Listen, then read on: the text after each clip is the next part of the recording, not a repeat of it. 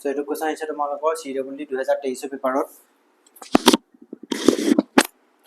so এইটো question আহিছে তোমালোকৰ CWD 2023 পেপাৰত so a body constant to move along the z axis of a coordinate system is subjected to a constant force f vector দিয়া আছে এটো the work done by this force in moving by body distance for along the z axis মানে work done হৈছে so work done আমি জানো যে work is equal to force into distance so force আমাক দিয়া আছে কি -i cap plus 2z cap plus 3k cap আৰু distance কি দিয়া আছে আমাক the work done force in moving the displacement মানে এটো displacement going by distance kilometer along the z axis so z axis মানে আমি কি লিখো 4k cap হ'ব মানে এটো একদম ইজি কোৱেশ্চন so ইয়াত